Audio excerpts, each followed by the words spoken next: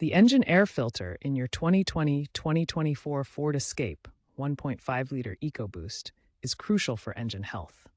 It prevents dirt and debris from entering the engine, ensuring clean air for combustion. A clogged filter restricts airflow, leading to reduced horsepower, poor fuel economy, potentially up to 10%, and increased emissions.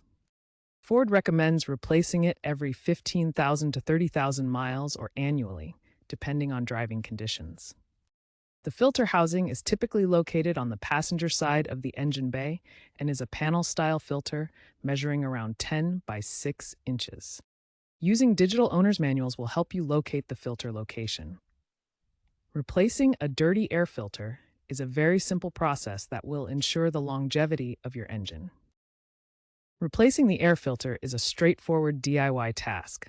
You'll need basic hand tools and remember to work in a well-ventilated area with the engine off and cool. First, open the hood and locate the air filter box on the passenger side. Release the housing latch or screw and lift the lid. Remove the old filter, noting its orientation. Arrows indicate airflow direction.